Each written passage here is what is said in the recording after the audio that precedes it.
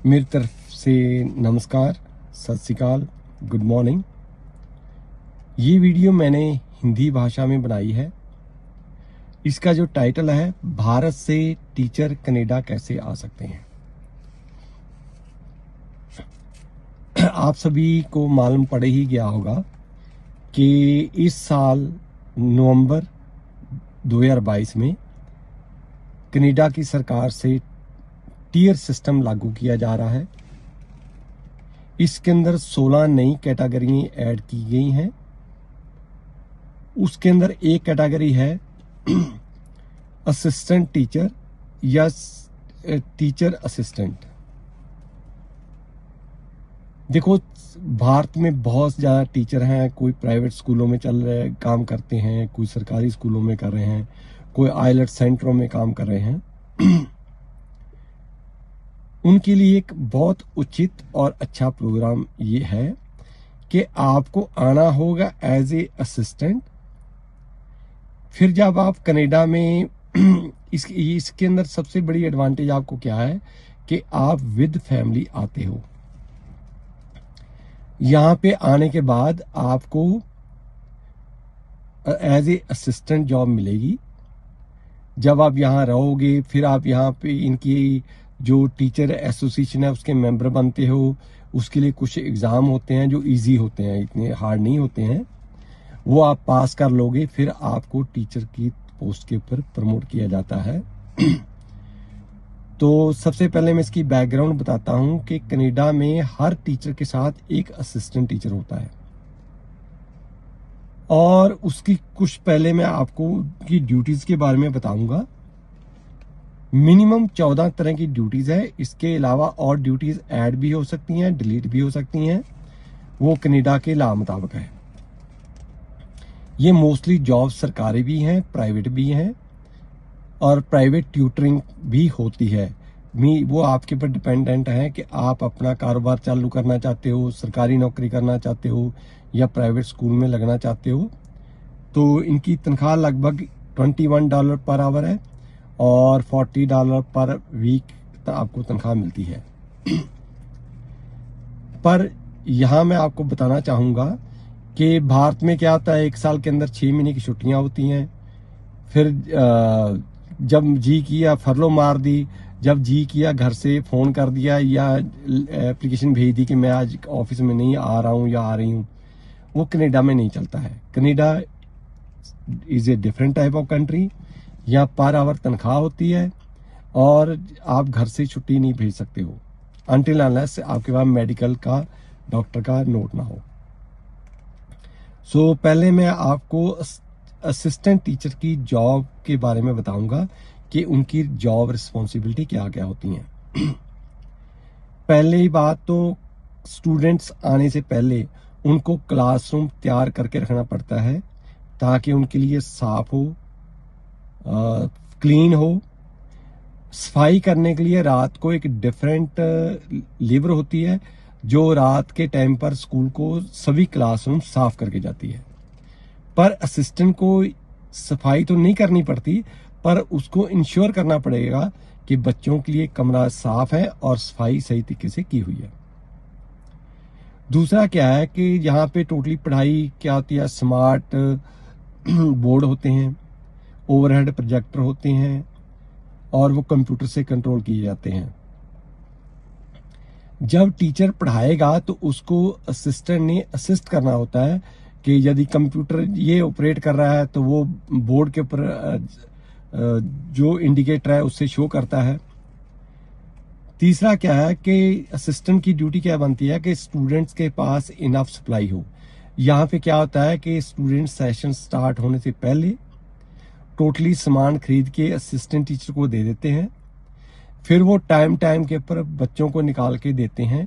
तो assistant teacher की ये ड्यूटी बनती है कि हर स्टूडेंट के पास enough pencil, paper, pen, rubber, sharpener वगैरह होने चाहिए। नंबर 4, स्टूडेंट्स का होमवर्क चेक करना, उसको उनको बताना कि वो क्या गलतियां कर रहे हैं, उनके साथ इंटरेक्ट करना। पांचवा, कुछ बच्चे ऐसे होते हैं क्लासरूम के अंदर जो स्पेशल नीड्स होते हैं, जैसे कि इनको कुछ बच्चे होते हैं जिनको कम सुनता है, कुछ होते हैं जिनको दिखता है, कुछ ऐसे होते हैं जो हैंडीकैप होते हैं, उनको असिस्ट करना इनकी ड्यूटी होती है। नंबर 6, जब स्कूल के अंदर, क्लास के अंदर स्कूल टीचर नहीं है, उस टाइम पर बच्चों को डिसिप्लिन में रखना वो असिस्टेंट टीचर का काम होता है। नंबर 7, स्टूडेंट को सलाह देनी कि उनका जिंदगी में गोल क्या है, और उस नंबर 8 क्या होता है, उनको सजेशन देने कि वो अपना गोल अचीव करने के लिए कैसे कैसे वो अचीव कर सकते हैं। Number 9, distributing study material to students, अलग अलग बच्चों को जो स्टडी मटेरियल है वो देना, क्योंकि इन देशों में बुक्स नहीं होती हैं।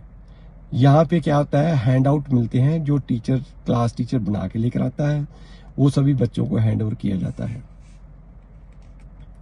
10वां, जब बच्चे computer, printer, webcam, overhead projector use करते हैं तो उनको सहायता करनी, उनको सेटअप करने के लिए, उनको ऑपरेट करने के लिए यहाँ पे पढ़ाई बहुत अच्छी होती है और बच्चे शुरू से ही कंप्यूटर के ऊपर ही काम करते हैं।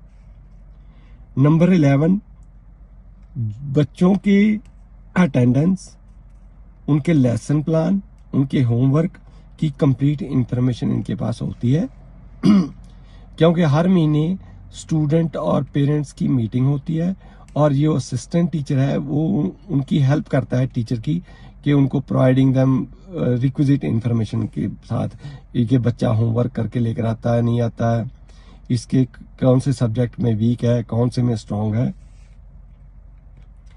नंबर 12, जहां पे बच्चे क्लासरूम में हैं या जिम में हैं या स्पोर्ट्स पैवेलियन में, और वो एरिया बच्चों के लिए सेफ होना बहुत जरूरी है। बच्चों की सुपरविजन करना जब लंच पीरियड होता है, रिसेस होती है, या जब बच्चे फील्ड ट्रिप के ऊपर जाते हैं या और किसी सिचुएशन के ऊपर। और कई बार इनको जो असिस्टेंट होता है उसको स्कूल के ऑफिस ब्लॉक में या लाइब्रेरी में भी काम करना पड़ सकता है, प्लस अदर ड्यूटीज जैसे आपकी रिक्रूटमेंट के ऊपर आपको बताई जाएंगी या आपकी जब वो जॉब पोस्टिंग निकालेंगे उसको लिखी जाती है। अब मैं बताऊंगा कि जो असिस्टेंट टीचर होते हैं उनके अंदर गुण क्या क्या होने चाहिए। एक तो क्या है, excellent written and oral skills, communication skills. देखो सबके घर में बच्चे हैं, आपको मालूम है बच्चे कोई भी क्वेश्चन पूछ लेते हैं, और यदि आप इरिटेट रहने वाले का बिहेवियर है तो आप इस काम के लिए फिट नहीं हो, क्योंकि देखो फ्रॉम नर्सरी टू 10+2 बच्चे उल्टे सीधे क्वेश्चन करना, हर तरह का क्वेश्चन करना, उनको बेचारों को ये भी नहीं मालूम होता कौन सा क्वेश्चन पूछना है कौन सा नहीं पूछना है। वो कोई भी क्वेश्चन आपसे पूछ सकते हैं, और बीइंग असिस्टेंट आपको उनको सेटिस्फाई करना होता है कि आपका सवाल जो है जवाब सही होना चाहिए। आपकी मैथ स्किल अच्छी होनी चाहिए। देखो वेस्टर्न कंट्री में क्योंकि बच्चे शुरू से ही कैलकुलेटर या कंप्यूटर यूज करते हैं, इनका मैथ बहुत कमजोर होता है, और जो टीचर है या असिस्टेंट टीचर है उससे ये सोच के चलना पड़ता है कि उनको मैथ आता है। उनको जो असिस्टेंट होता है उसको टेस्ट कैसे लिया जाता है, और जिस सब्जेक्ट में टीचर पढ़ा रहा है उसके बारे में पूरी जानकारी होनी चाहिए। टाइम मैनेजमेंट स्किल अच्छी होनी चाहिए, और उनको ability to solve the problem and adopt an unexpected situation, और बच्चों के डेवलपमेंट के बारे में उनके पास पूरी जानकारी होनी चाहिए। अब उनके पास एक्सपीरियंस किस किस टाइप का चाहिए। देखो टीयर सिस्टम का एक पार्ट वो होता है कि आपके पास इनफ एक्सपीरियंस होना चाहिए। पहले जो टीचर यहाँ आ रहे हैं कनाडा में, उनको मिनिमम 2 साल का प्रैक्टिकल वर्क एक्सपीरियंस होना चाहिए, और ये यदि आपके पास एक्सपीरियंस है हमारे ऑफिस से, वहां आप रफ वर्डिंग ले सकते हो कि किस टाइप का एक्सपीरियंस लेटर आपने बनवाना है। आप अपनी इनकम टैक्स की रिटर्न फाइल कीजिए, चाहे आपके ऊपर इनकम टैक्स नहीं लगेगा। भारत के अंदर लगभग 1000 या 1500 रुपए लेंगे, आप अपनी रिटर्न फाइल करवा सकते हो मिनिमम अमाउंट की, ताकि आप प्रूव कर सको कि आप काम करते थे। प्रेफरेबल आप अपनी जो तनख्वाह है, वेतन है, वो आप बैंक के थ्रू लीजिए। आपकी ड्रग स्क्रीनिंग टेस्ट होगा। आपकी क्रिमिनल बैकग्राउंड नील होनी चाहिए, you should not have any criminal background. आपके पास हाई स्कूल का डिप्लोमा होना चाहिए, मीन्स जैसे भारत में 10+2 कहते हैं हम उसको। और यदि आप सेकेंडरी स्कूल में पढ़ाना चाहते हो या असिस्टेंट लगना चाहते हो तो आपको कम से कम डिग्री की होनी चाहिए। और 1 साल जो कनाडा के अंदर बच्चे हैं उनका 1 साल का असिस्टेंट टीचर ट्रेनिंग होनी चाहिए।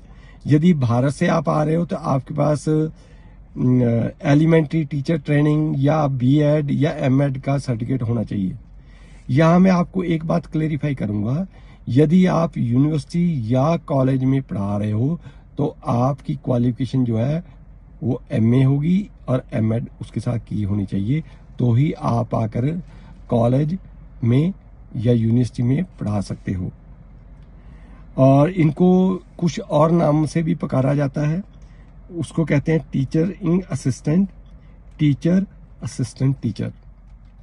मैं यहाँ पे आपको फिर बता देता हूँ, कनाडा में आपने इमिग्रेशन हासिल करनी है, फ्री में जानकारी कनाडा की सरकार से दी जाती है। इनका वेबसाइट है www.cic.gc.ca। उसकी विंडो में जाकर जो आपका क्वेश्चन है आप टाइप कर सकते हो। आपने कनाडा के अंदर एज ए असिस्टेंट टीचर कैसे, उसके जॉब रोल्स क्या है, आप गूगल कीजिए job roles of assistant teacher in Canada, आपको इंफॉर्मेशन मिल जाएगी। इसके लिए क्या क्या योग्यताएं चाहिए वो आप कर सकते हो।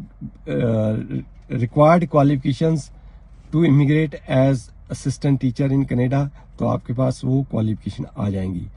सारा इंफॉर्मेशन आपके हाथ में है, सेल फोन के अंदर है, कोई पैसा नहीं लगता है। फिर भी यदि आपको कोई और जानकारी चाहिए, हमारा कनाडा के लोगों ने एक दफ्तर बना के दिया है पटियाला में, उसके नंबर है 9815101148 9882 आप सुबह 10 से लेकर शाम के 4 बजे तक वहां से कोई भी फोन के ऊपर फ्री में इंफॉर्मेशन ले सकते हो। प्लीज, यदि आपको लगता है कि हम आपको सही जानकारी दे रहे हैं और आप सेटिस्फाइड हो, आप हमारा चैनल अपने रिश्तेदारों को, दोस्तों को रिकमेंड कर सकते हो। Please stay connected with us. Thank you very much.